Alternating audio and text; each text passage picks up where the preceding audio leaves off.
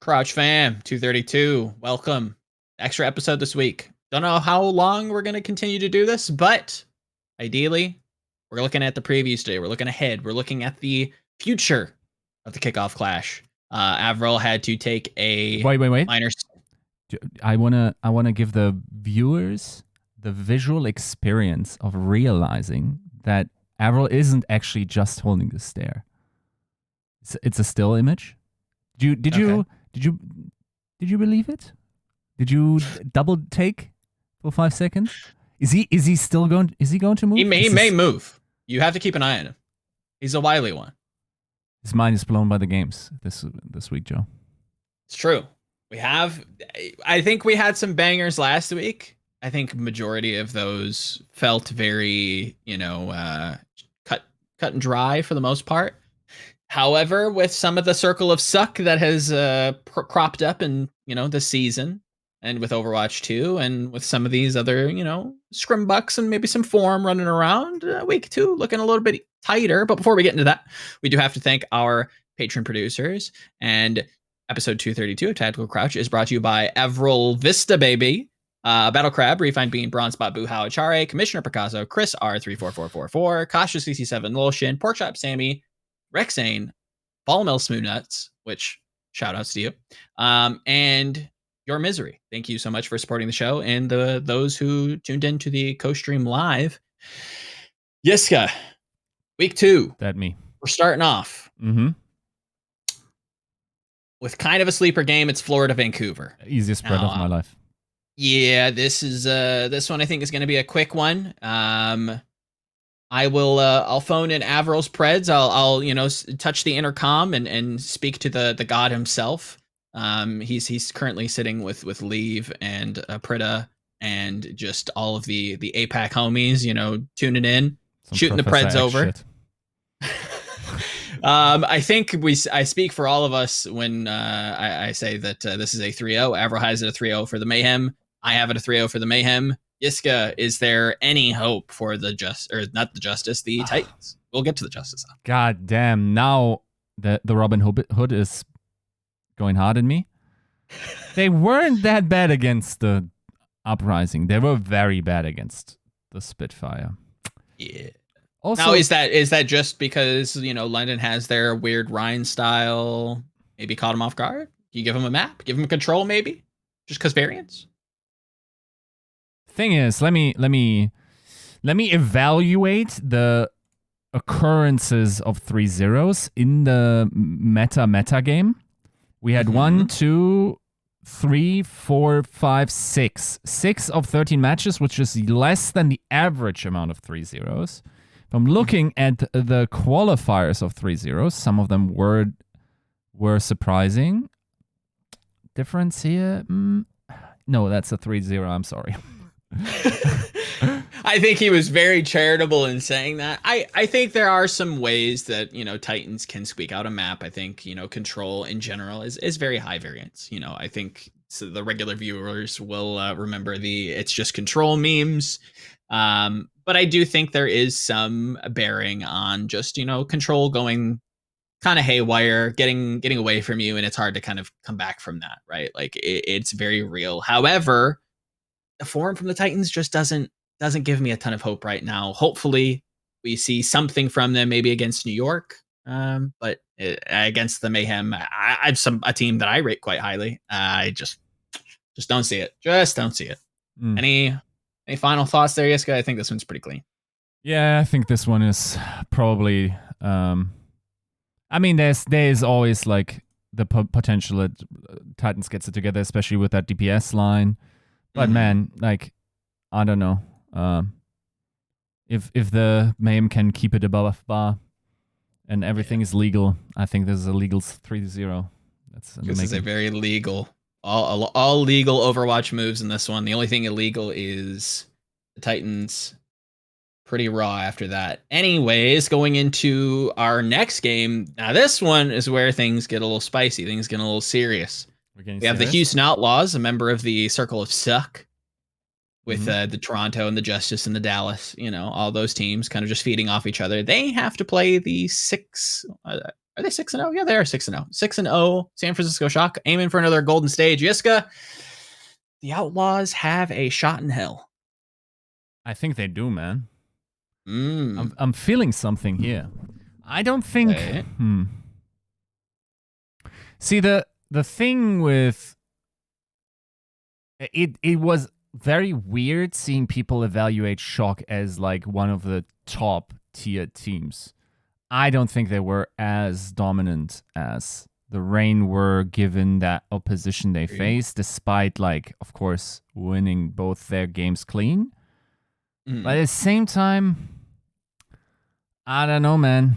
This is the Outlaws have also demonstrated that they're kind of good. Mm-hmm. I mean, this is, you got to give it to Shock, but it's not as 3-0. I'm struggling if I'm giving it a 3-1 or 3-2, honestly. Close. This is a close one. I am going to say 3-1 for the San Francisco Shock. Okay, so I think we all tend to agree. It's just the minor quibbles on where we may disagree. AVRL coming in, reading the tea leaves, seeing the constellations. Again, somebody who is big on proper, but equally big on some of this Houston DPS line. I think the Don Tank may have boosted them in his rankings. I think if I had to guess, I think that he's hoping that Houston maybe slows it down a little bit, plays a little bit more reserved, doesn't get caught out like Toronto may have opened them up. So giving them a couple maps. AVRL has this 3-2 for the Shock. Houston striking a blow because, again, San Francisco had some interesting looks, and that's where, like, I feel very confident in this pick as well. I have the exact same prediction as AVRL. I have a 3-2. I think what really confused me with the Shock, granted, yes, they played two very easy opponents. I don't think anybody would argue that. The one thing I will say, and I have been kind of insufferable about it, was the Ike versus London kind of left me a little confused. I don't think it's a 5v5 thing or an Overwatch 2 thing. It just didn't seem like they necessarily respected where they were taking their fights. It felt very... I think people are going to draw a lot of conclusions to like the proper flank. I think that was entirely correct. And I think that's exactly how you should play that composition. It was more the dives in these like very tight chokes, instead of trying to play to their pace, trying to break that shield, burn those resources out. It seemed like they were just very happy to try and run in there and just diff them in mechanics. And it worked out, but I don't think that's something that they can do against the Outlaws. And I think if they consistently, if I'm correct in saying that maybe they're disrespecting their opponents a little bit, I think they can't do that against Houston, and I think Houston is going to catch them off guard in some of these engagements. We have seen Houston be very aggressive, so Shock has to kind of come prepared. I think Houston's gonna leave a dent, but Shock probably ends up taking it.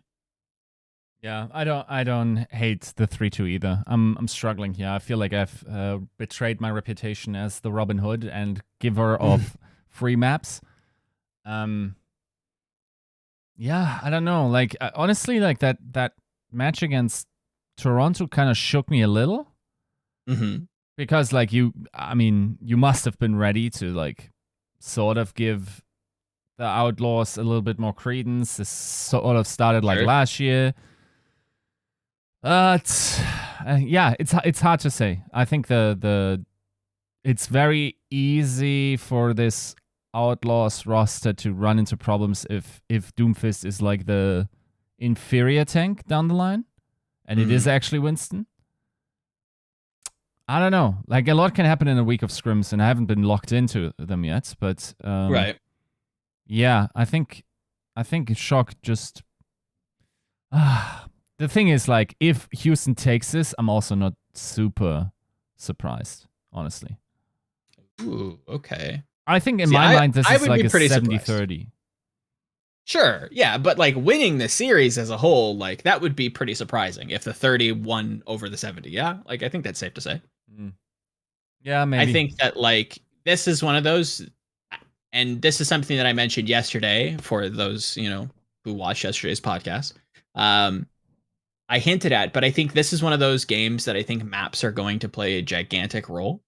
where if Houston can skirt away from things like Circuit Royal, things like, I mean, let's just pull them up. That's the thing, though. Like, wouldn't it theoretically be pretty good for them to get... No, because then Dante has to come out.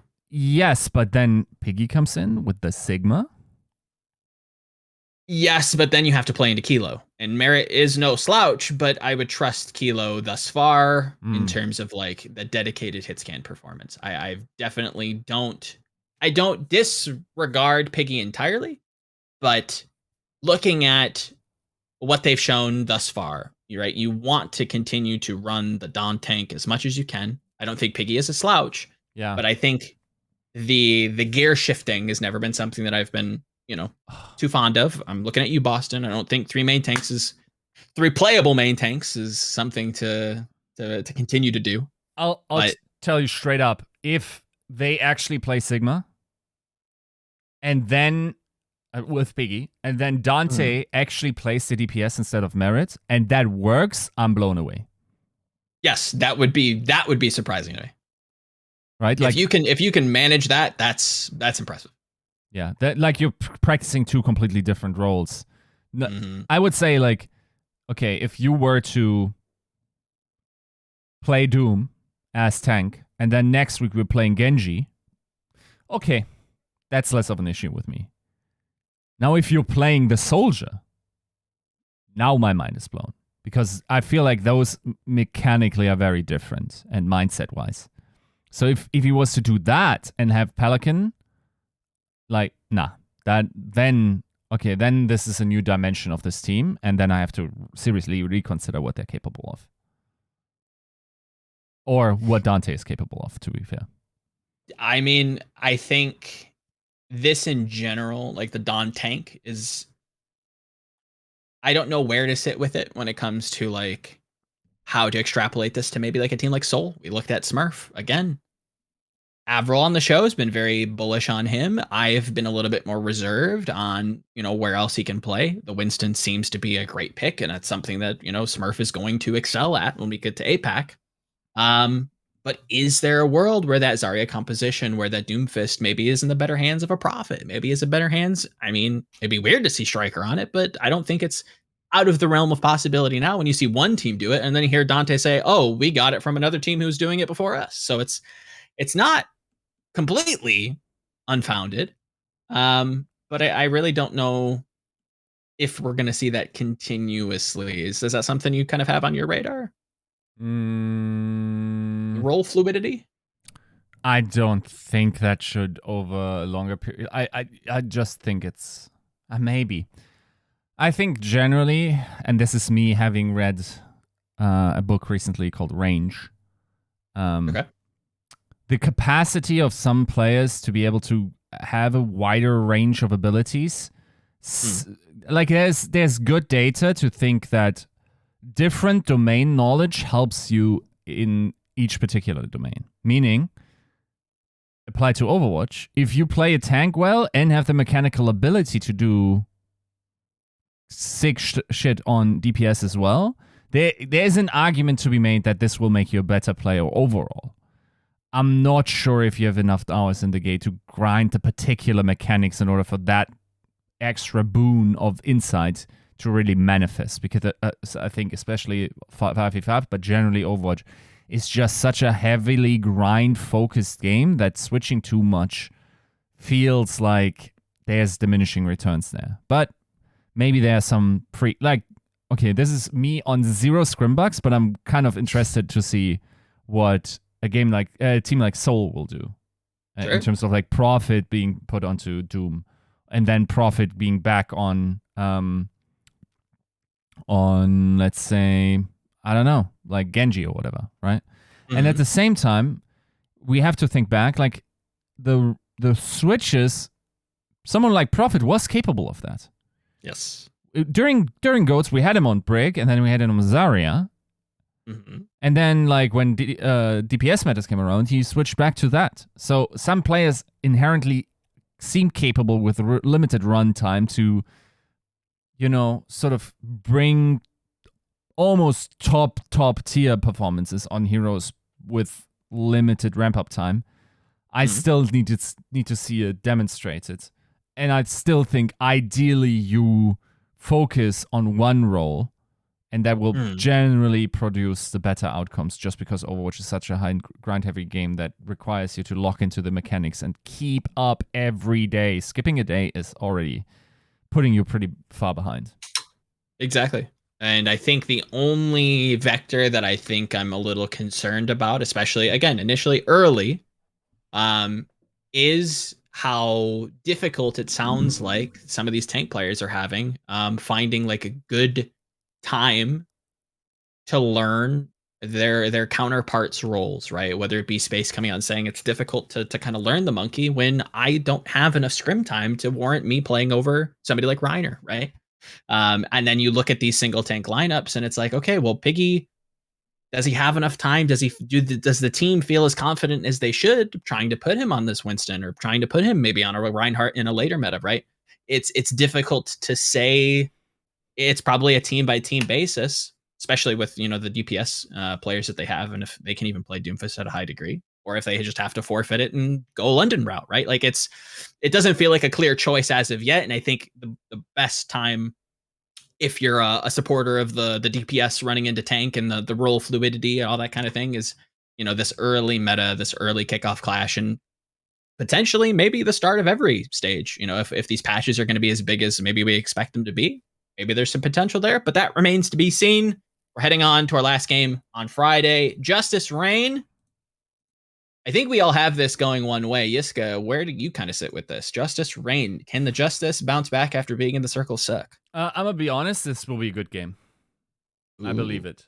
I think this is. I mean, you'd be high on some shit if you were to come down and say like, this is not Atlanta favored after what we've seen in. Yeah. Agreed. Like week 1, you're now like. You're on your back foot, and I'm watching you, man. Like, if you got that in your preds, I just assume, like, you're bad, and if you randomly get it right, then I want to see you the end of your season standings, because there's no rational reason other than excessive insight into Scrimbox. Now, Vinzi, looking at you. At the same time, I think I saw something that the Justice can bring to the table in the Toronto game. I think if Krillin and Opener can keep it up once again, then I'm super excited for this match. The problem is, in my mind, is, right, nobody on Reign looked like even debatably out of place in this suspects. meta. While the Justice definitely looked a little sus on in their second match against... Help me? The fuel. Yeah, of course. So, yeah. I mean, we sort of have demonstrated what they look like against the top team. At least that's our best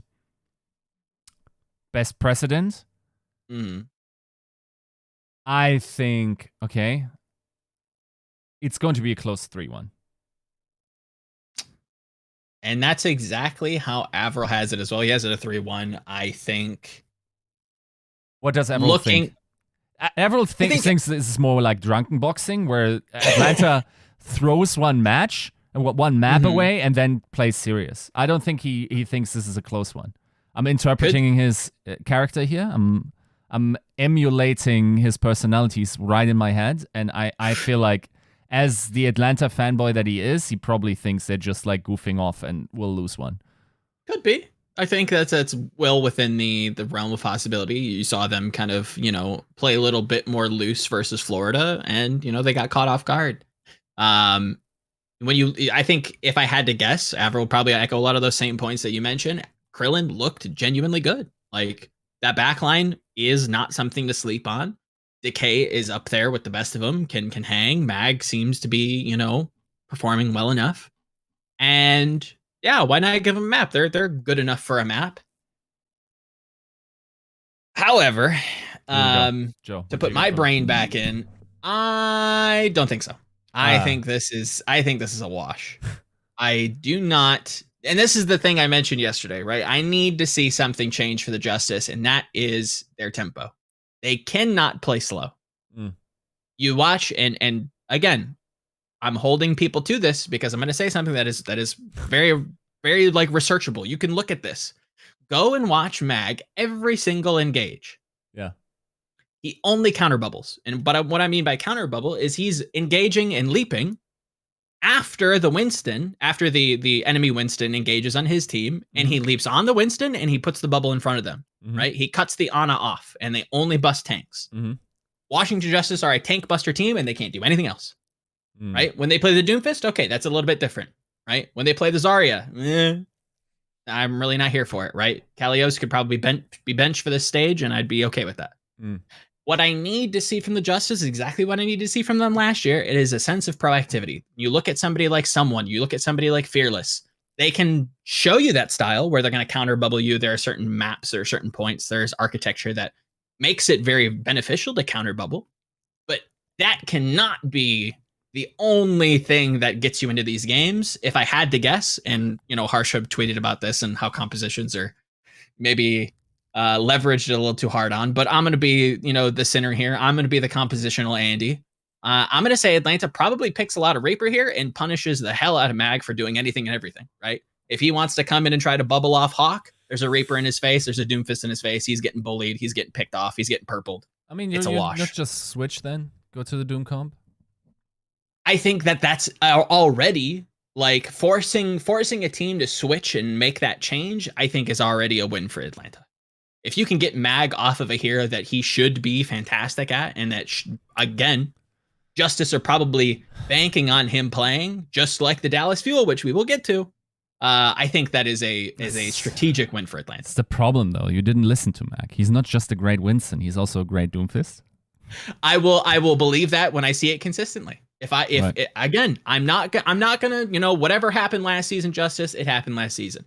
Thus far, it has been very measured, and it is very clear on what they're trying to do. They're trying to bust tanks. They're trying to get picks that way. They're not trying to dive the Ana so much. Look at their games. How often are they out there killing Ana? It's not all that often. They're killing Fearless. They're pressuring him out. They're creating space that way.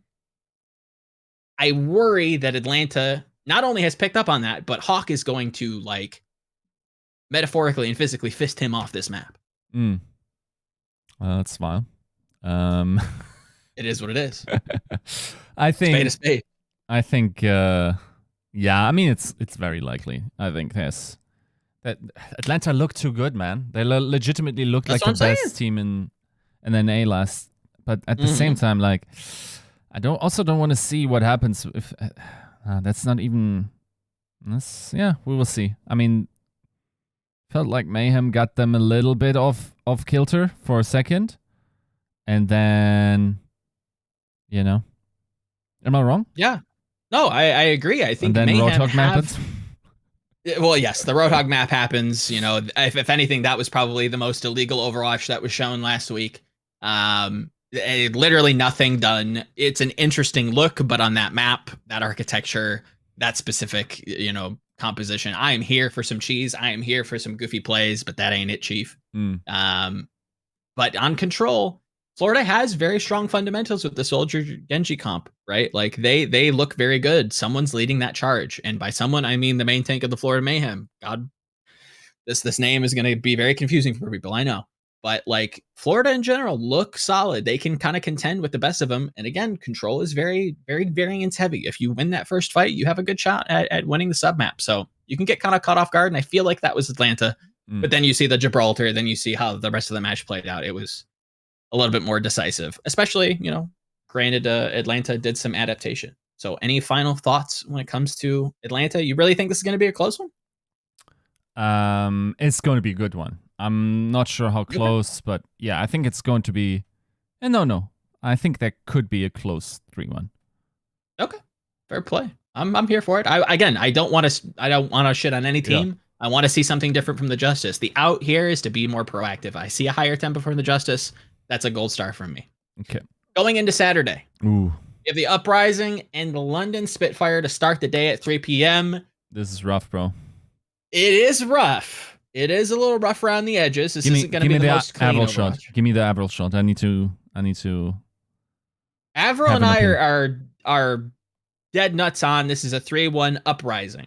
I think if I had to guess, AVRL's not necessarily too big on the one-trick Rhine BS that London's throwing at the wall. Yeah.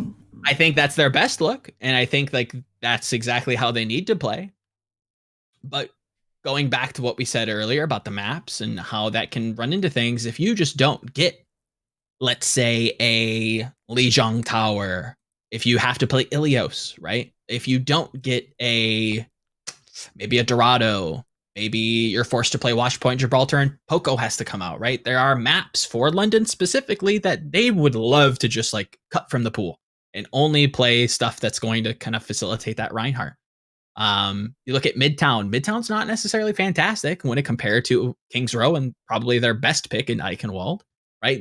It feels like their style is very map dependent and could be suspect to everything that Boston's thrown out there, from the Zarya, from the dive. Like they have kind of thrown out the gambit, and just from the playbook, just from form, granted, Uprising did go 3-2 versus the Titans. That can't be ignored. They've shown some good looks where London is kind of a one-trick pony. If I had to guess, that's probably where he's giving them a map.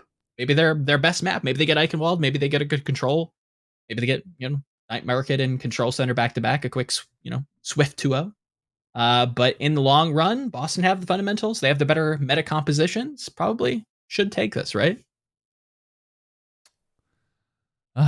Yeah, I think generally speaking, you have to give it to Boston. If London continues to adapt and they showcase a little bit more, I think this is to kind of reference Avril's points, about 5v5 last show, yesterday's recording. I think this game is probably going to be the most viewable experience if I'm going to say that. I think this is going to be a very slow tempo game. I think London again is probably going to continue to run out that Reinhardt, and Boston, to my point, I've mentioned this previously, are the better Zarya team, or one of the better Zarya teams in the league. I would say the best as of right now. And I think you're going to see that dichotomy kind of play out, whether or not, Punk has to swap to the Rhine, if they can kind of abuse the Zarya. Maybe the Diva comes out, maybe a Sigma. It's going to be very different from what everybody else is playing. It feels very like in their own meta pocket, in their own kind of Chengdu zone, right? And I think it is going to be a little bit more slower comparatively to the field. Yeah. I think my thing is you have to give it to Boston. I just don't know how high. Sure. Yeah, no. I think 3-1 sounds good. Yeah. 3-1 is. I think we all probably are pointing in the same direction. Wasn't necessarily super big on the backbone, but there again, Boston has the actual 3 starting main tanks, depending on what have you. This feels like an evolved form of Houston Outlaws flex support from God knows how long ago, where it's like, oh, well, Raucus plays over this. And then, no. Just play one thing. You don't need the gear shifting. Like, find it and let it rock. And it seems to be Punk is that player for them. So hopefully that kind of tightens up. But second game coming into Saturday at 4:30 estimated. This is where things get a little bit more interesting. We have the Los Angeles Gladiators coming in to fight the Dallas Fuel. Dallas coming off of a home stand, or a game, I guess, in their home state. I think that was more for Houston. Getting 3-0'd, but bouncing it back against the Justice. Glads across the board look okay, but things get a little interesting when you pair them against each other. Where you got this one going, Yiska? This is such a good game, man. This one, yes, I will agree with you there. This one's the banger of the week. That's probably the best match we had so far this season. Possibly. Ooh, bro. I didn't think Ants would be here yet, dude. Mm-hmm. Oh, this is hard. I think I gotta give it to Glads. Interesting. Now, AVRL is, of course, going to hate this. Maybe he even whiplashed so hard into his take that he gives us like a 3-0 or some insane prediction just to double down. Mm-hmm. But I feel like this is a 3-2 Glads because The Dallas Fuel need to lose half their matches in order to win the first tournament. And this is the second game that they lose. I think these teams have scrimmed each other before. I think Funny Astro also told me that he thought the Fuel or the Rain would give them the most challenge. He said that they're probably like a good stage 1 for them would be losing only one match. I'm not sure if he was making room for the possibility of losing to the Fuel because their scrim results were against them directly were indicating that, but I don't know, man. Reiner looked great. I think the fact that Arns is here already is pretty scary, especially once you get into Widow Shenanigans. Bro, this is once again one of those where you need the maps. Like, if you have the maps, then this is a completely different story. I'm a little concerned whenever Paddy has to come out, in terms of not that he doesn't have the class yet, but he doesn't seem to have the confidence yet to do what he also does in scrims. So, man, Shu looked great as well. Did. Statistically as well, check out the grav bag. You know, there's some flex support statistics in there that definitely, you know, shines a lot of love on, you know, people like Finn and Shu. At the same time, man, that it's still Sparkle. True. I would love to see more Hanbin Doom. I don't like that as in. Nah. This is like. It's too early for me to see large improvements on Dallas side. I'm going 3-2. Glads. Wow, this is one of those games or one of the matches that I was like very convinced that this was going to be spicy for me, and both you and AVRL have the exact same prediction. Damn. The exact same map score. We all have it 3-2, going Gladiators' way, and I think for a lot of those same reasons, right? I'll go a little bit more granular into Dallas, where their match against Justice for me did not scream confidence. You look at their gardens in particular. I sent this to a few different people, and I just had to vent into the ether at how confusing both teams were, to be honest, right? Justice were very odd in terms of how they were touching at the last second, and it kind of just looked like a mess. Whereas Dallas had some really odd sync issues where Fearless is taking way too much damage, having to like get nano boosted out of the fight, right? Like he's bubbling late, they break his bubble and he's jumping out. And it's there's this cohesion, this sync up with the team that isn't necessarily there yet. And I think you see this when they played Hanbin on Zarya on Midtown versus Houston, where they're just kind of like first fight, they're sitting in the train car, they're kind of plinking and poking away, and it's just like, you guys have to get to the point somewhere, sometime. What's going on? And then Hanbin goes flying out the car because, you know, Dante punches him out, hits him with a, you know, fat right. And this is not the same thus far. This is not the same Dallas Fuel as it was last year. For whatever reason, this meta has kind of caught in them and thrown them for a loop, where there are, like you said, there are some maps where you kind of need this Widowmaker. You kind of need the Sigma. You kind of need to be able to flex around to these other picks. You look at, you know, maybe even Dorado against Houston Outlaws. What's Fearless to do against Afara Mercy, guys? Is there anybody else that can kind of contest that? Because we don't have another flex tank. We, you know, as to Yiska's point, the hit scan's kind of getting shoved into a locker, like it's, you know, recess all over again. What's this team to do? They're starting from such a like weirdly, and I don't mean to say low, but like they're starting farther behind in terms of the meta read than the Gladiators are. I'm not necessarily all that confident in the Gladiators either. I think this one is kind of a toss-up, but they have the prevalence of, you know, maps like Circuit Royal and a lot of these escort maps allowing for the Widowmaker to come in. They're at least a little bit more coordinated when it comes to the Soldier Genji dive. Patty, yes, I agree. A little bit suspect in terms of how often he's dying, how often he's getting picked early. But I think we're all of the same mindset that Glads have a better early read, and that should pay off, you know, in the long, you know, not the long run, in the short term, if anything. And maybe upsetting the Dallas Fuel here, where a lot of people are maybe predding them and expecting them to kind of bounce back and figure it out, which they could do. Again, I think this one is close to a 50-50 as it gets, and the only difference is, you know, there are some slight edges for Gladiators. So it feels very of the same mindset so far. But I'm proud will of see AVRL, it. by the way. Yeah, I was genuinely surprised when he sent that in. To view behind the curtain for a moment. Maybe AVRL it's stepped away and cluster headaches that brought him to the right side.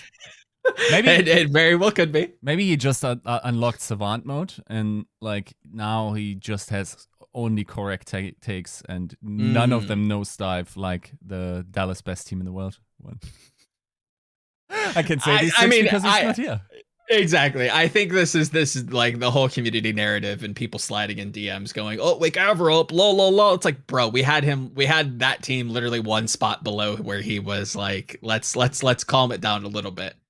But if this goes the way that maybe we all think it will, I think this is going to be a big wake up call for the Dallas Fuel, and there's still room for them to come back, right? This isn't, they're not count out. This is not elimination mode. Like, this is a team that can perform and has, done a lot with a little in the past. So hopefully they can kind of bounce back. It's just looking a little too tight as it stands right now. But as we round out Saturday, we're kind of slowing down again. We've got the New York Excelsior versus the Vancouver Titans. Is this where the Titans score a map, Yiska? Oh, I think that's the right question because I don't think they have a chance. You don't think they score a map? No, Robin Hood himself says no maps. I think the question is correct in you don't ask who wins this. No, of course not.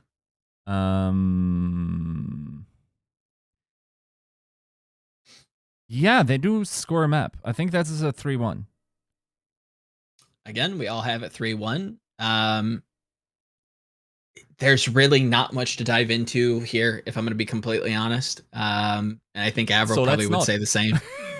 There's really not much here. Maybe this is a weird, the Zarya pick comes out for New York again, and Yaki has an underperformance, and Vancouver can score 2 maps. But like in the long stretch, New York probably takes this, so it's kind of a wash.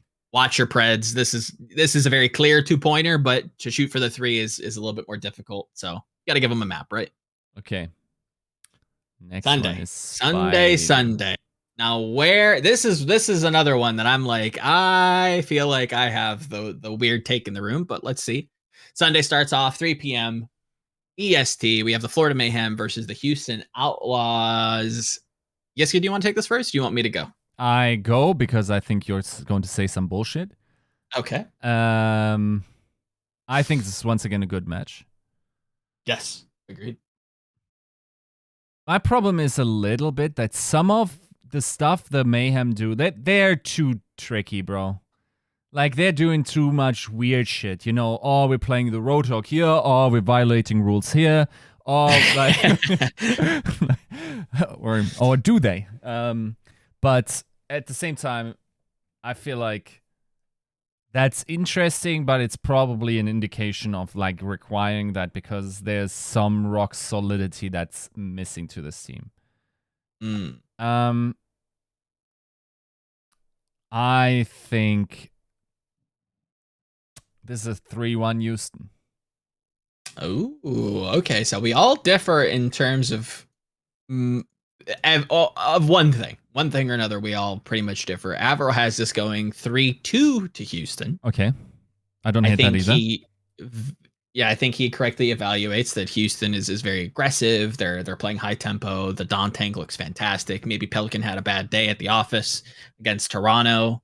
I think all things considered, this is a very skilled team in his mind, and they should be able to put away the Florida Mayhem. Maybe because of some of those reasons. Maybe because they're kind of goofing around, doing some silly stuff, picking the funny heroes every so often, right? And that's kind of where I'm more charitable. I've always been a fan of the creativity. I've always been a fan of flexibility, and the Florida Mayhem have showed that in spades, if I'm going to be completely honest. And that is definitely a weapon that I think is going to push them over the edge. So I have this 3-2 Mayhem. One of the big factors that I think AVRL talked about yesterday on the show was, the Dawn tank and the polarization on, oh my God, it's the greatest thing ever. Oh my God, Piggy needs to come in, right? Somewhere in the middle, there is like a reasonable take that Dante only being able to play Doomfist is a little suspect, right? And especially with the tempo that he played it against Toronto, they did kind of adapt to it. They did kind of open him up a little bit. If this team can only play mega aggressive, super fast, ridiculously high rhythm games, is Florida have something in the bag to kind of slow them down and punish Dante and kind of like leave them high and dry where they can't make too many swaps, right? What can you do if Dante kind of gets opened up by like a weird Reinhardt composition or some sort of, maybe not a Reaper play, but something that Florida throws at them that kind of really focuses on removing Dante from the table or trying to ignore him as best they can? Is that something that the Houston Outlaws are prepared for? It seems like a trap game when you have to prepare for San Francisco and whatever the hell Florida Mayhem's going to throw at you. I think Houston's going to, take a rough week here. I like Florida a lot here. I don't necessarily know where your head's at, where you're wondering where something is going amiss, so they have to cheese. Like, did anything from week one kind of message that to you? Was there anything about this team that like left you worried? They played Roadhog. They did play Roadhog on Gibraltar. That seemed a little goofy, and there is no defense for that. They were in the driver's seat of the series and then pressed the eject button and flew out and then forgot to use their parachute. Agreed. 100%. That's just what it was.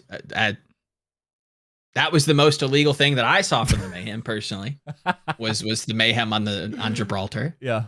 But I think that's one of the easiest things to notice and go, hey, someone, look, when you miss like 2 or 3 hooks and those first fight and a half go awry, maybe it's time to call a comp swap, right? I think that's something that maybe Majed, you talked about on the co-stream. Sir Majed coming out, being the go-to on a player for this team, brings a lot to the team in terms of intangibles. I'm looking at him to kind of reel this team back in when some of these goofy strats don't necessarily work out. By the way, Houston has a tall order. I'm just saying. Now I can say it. This team is much better with Majed than Karif. And this is an animator. I don't want to hear any of that other, stuff. Like, you guys are still sleeping from those 2 sleep dots. Majed brings more to the team in terms of intangibles. This is just a straight up better team with him. True. And I'm glad that this, in the last episode, I said, there's one thing that happened that made me more confident on what's happening with the Mayhem, and that was Majed getting his visa in time. Okay. That one's going to be a close one. I think nobody really feels confident either way. I could see Houston winning this. I feel strongly that, Mayhem has edges, but I definitely understand the field of arguments either way, unless you're talking about putting in Kareev and Xe, which I would tell you to maybe avoid me on ranked. I will say that much. Anyways, second game for Sunday. We have the New York Excelsior versus San Francisco Shock. This is pretty much Shock, yeah? Yeah, I mean... This is pretty Shock favored. This is 3-0 Shock. Oh, okay. None of this is... the Shock are not going to fall for that echo shit. Maybe the NYXL have something, maybe they start playing meta, maybe they figured out something out. I think their solutions for week 1 were pretty interesting. I want to see them play actual meta compositions. I want to say Kellen on the Monkey. I want to see Yaki on the Genji. I want to see Flora on the Soldier.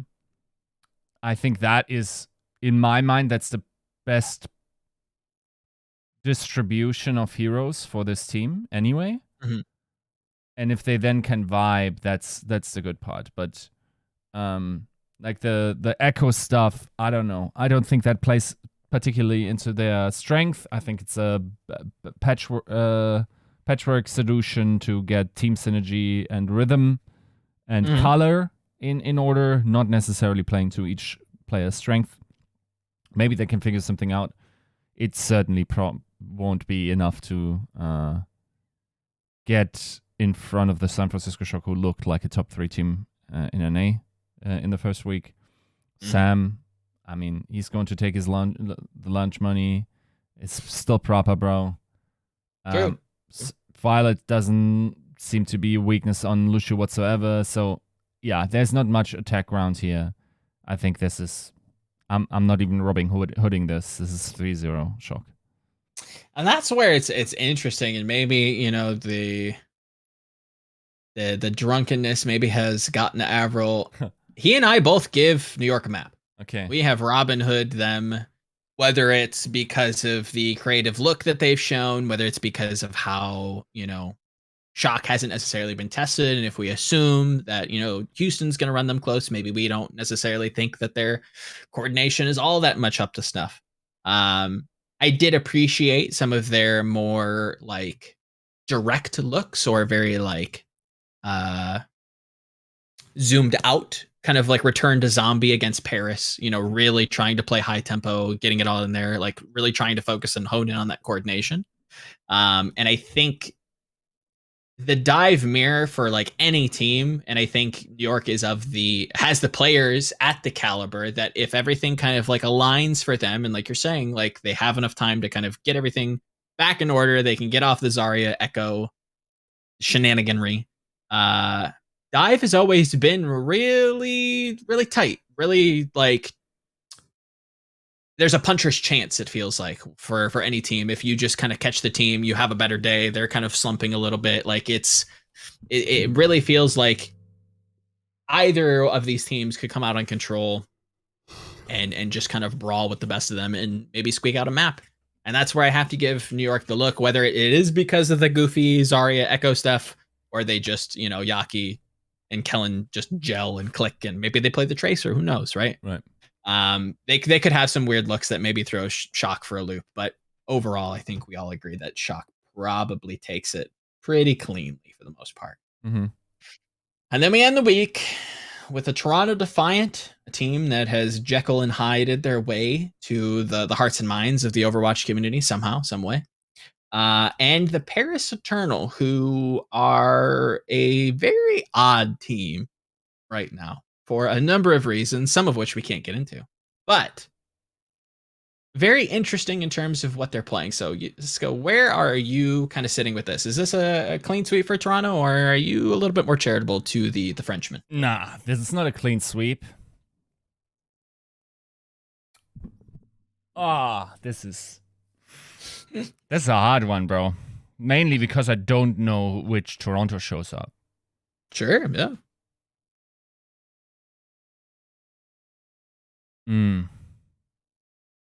I wish we were to like ask this on Friday before the games, and I have like 2 more days of scrim impressions. Given that we don't have that luxury. Mm-hmm. You know what? You only live once, Joe. Okay. You only need to be correct on the wild takes. Mm-hmm. In order to gain any relevance in the scene. Very true. But I'm also not suicidally after Cloud, so I'm going 3-2 Toronto. Wow. Okay, you and Avril of the same mind, both having it 3-2 for the Defiant, which is it is surprising because yes, they are very much the Jekyll and Hyde team as of week 1, right? You look at their first game, look at their second game, 2 completely different teams. Everybody seems to be awake and online. Their monitors are on. No illegal Overwatch moves. Everything is above board. And you look at the Paris, and how, in what world is this that close? Well, I think this team is... It's interesting. I don't think like people try to make it sound like they were one of the worst performing teams of the first week. I disagree, but there's a glaring weakness in Naga. Sure. I think not only did he have an issue with the hero pool, it also doesn't seem like he studied up well. Okay. So I'm concerned there. And that's also a big differentiator from them and mid-tier teams. I think the Lister look good. Honestly, like I'm kind of impressed with Don once again. Who looked pretty good. I think Dredro is probably pretty underrated generally. He's like a faith type player. Yeah. And then it's still Khan, you know? Yep. So, yeah, that's a lot of hopium here. Maybe they find a solution. Like what do you mean? Like a comp or?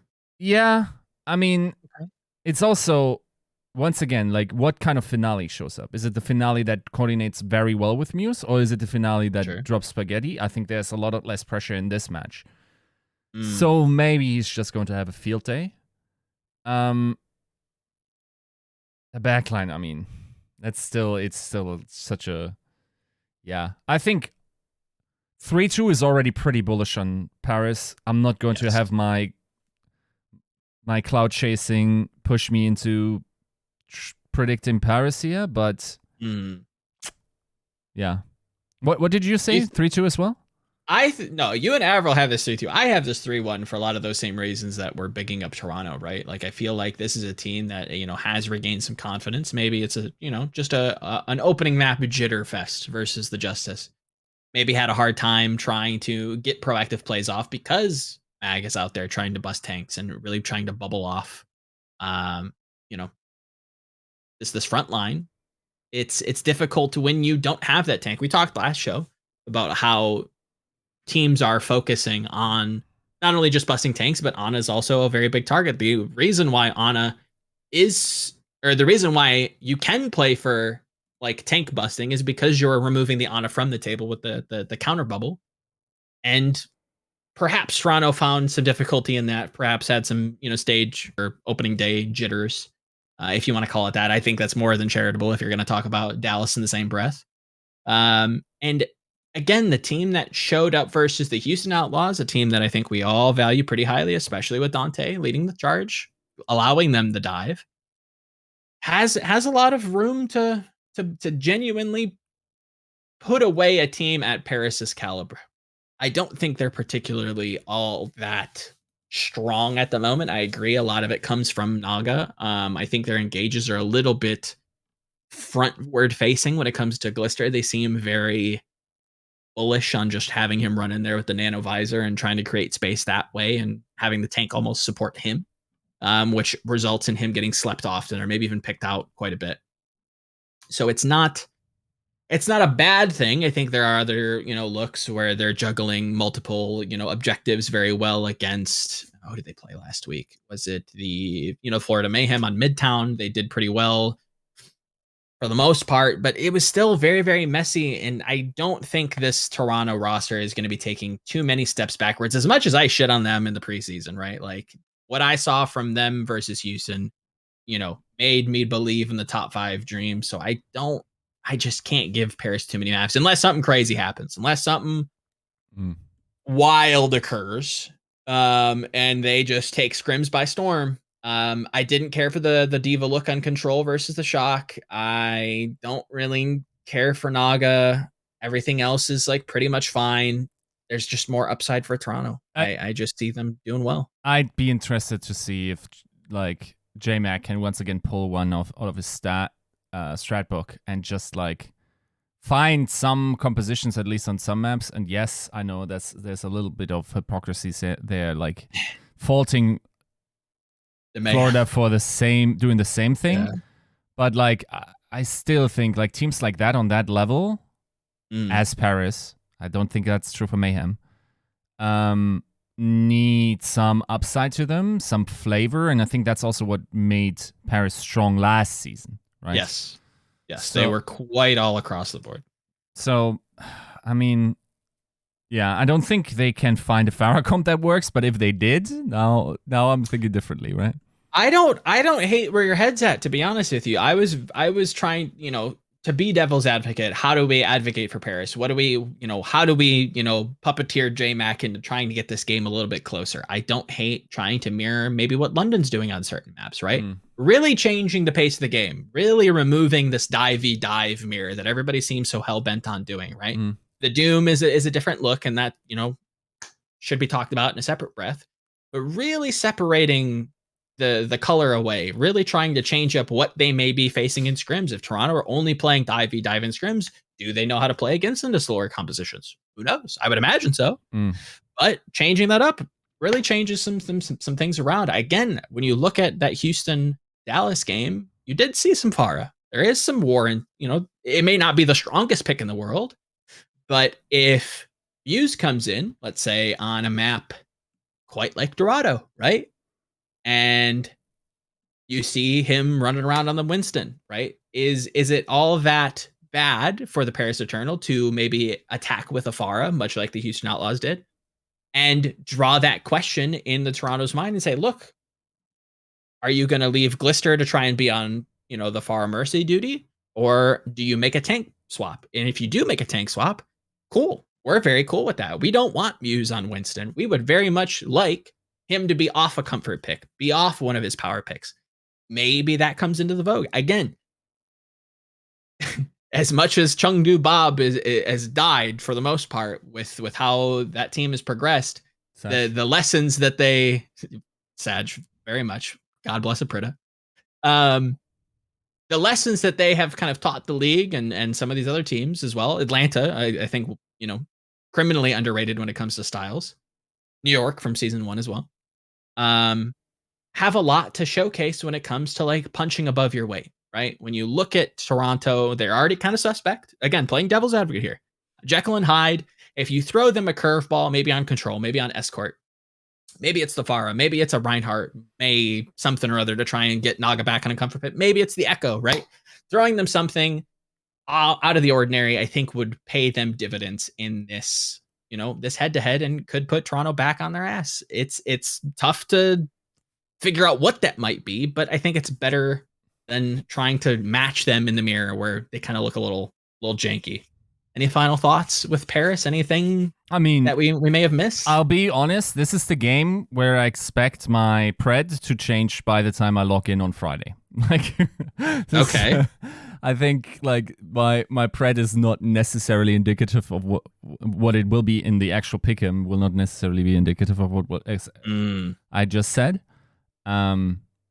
Also, I think it's generally a better idea to give yourself you want to play those by ears as long as possible to By the way, this is one thing that I think the Overwatch League actually did very well, is that teams don't actually have trap weeks. Both of these teams just have one match this weekend, right? Well, certain teams have one match, and then you have the Houston Outlaws who have to play Florida and Shock.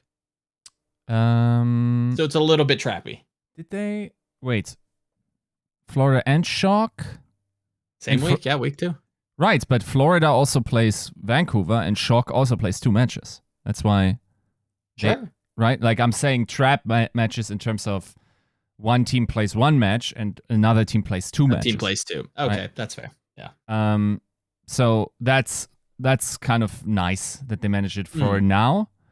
But yeah, I think generally speaking, I think enjoy or savor the moment in which we still like have a manageable amount of games, because we're soon to start just going overdrive with the APAC games as well, and they have to catch up. Yep. I think, man, am I looking forward to the Dallas and Gladiators match, and I'm hoping to get a post-match interview after that, but because man, I kind of wanna see. I hope it keeps up to the hype. Expecting big things from the Florida Houston series. I think Eternal-Defiant could be a good game. I think honestly Spitfire-Uprising is not without question that it could be a good one. Outlaws Shock. Like the general quality of those matches is pretty high for the low amount of matches that we have. So pretty much all of this is watchable, other than, the usual suspects. So yeah, True. I think this is going to be a pretty sweet weekend. Much agreed there. I think there are some very tangible things that I really want to see for some teams. Again, Justice, I need to see some proactivity. Atlanta, I think just needs to stay the course. If they can keep form, I think they're nearly shoe-ins to at least to be in the finals for Kickoff Clash, and I don't think that's really up for debate. I don't think that maybe even the two of you would debate with me. AVRL, I didn't think so. Vancouver Titans, probably the worst team. I think they're probably going to continue that way. Dallas, I'd like to see return to, Monkey, return to, the quick pace that we saw and we loved from them. I think it's within them, but it may just be, latent. May have to come at week 3, week 4, really ramping up. And yeah, I agree. A lot of the same games. Again, keep my eye on Florida. Loving what I'm seeing. Just try not to catch a fine. And yeah, pretty much. It's going to be another very, very exciting week. Again, probably expect the unexpected if I had to guess. Make a couple bold predictions. Let us know. Leave a comment, like, and subscribe. It's going to be 2:32. We'll catch you next week for week 3 predictions and previews. So we will see you then. Peace.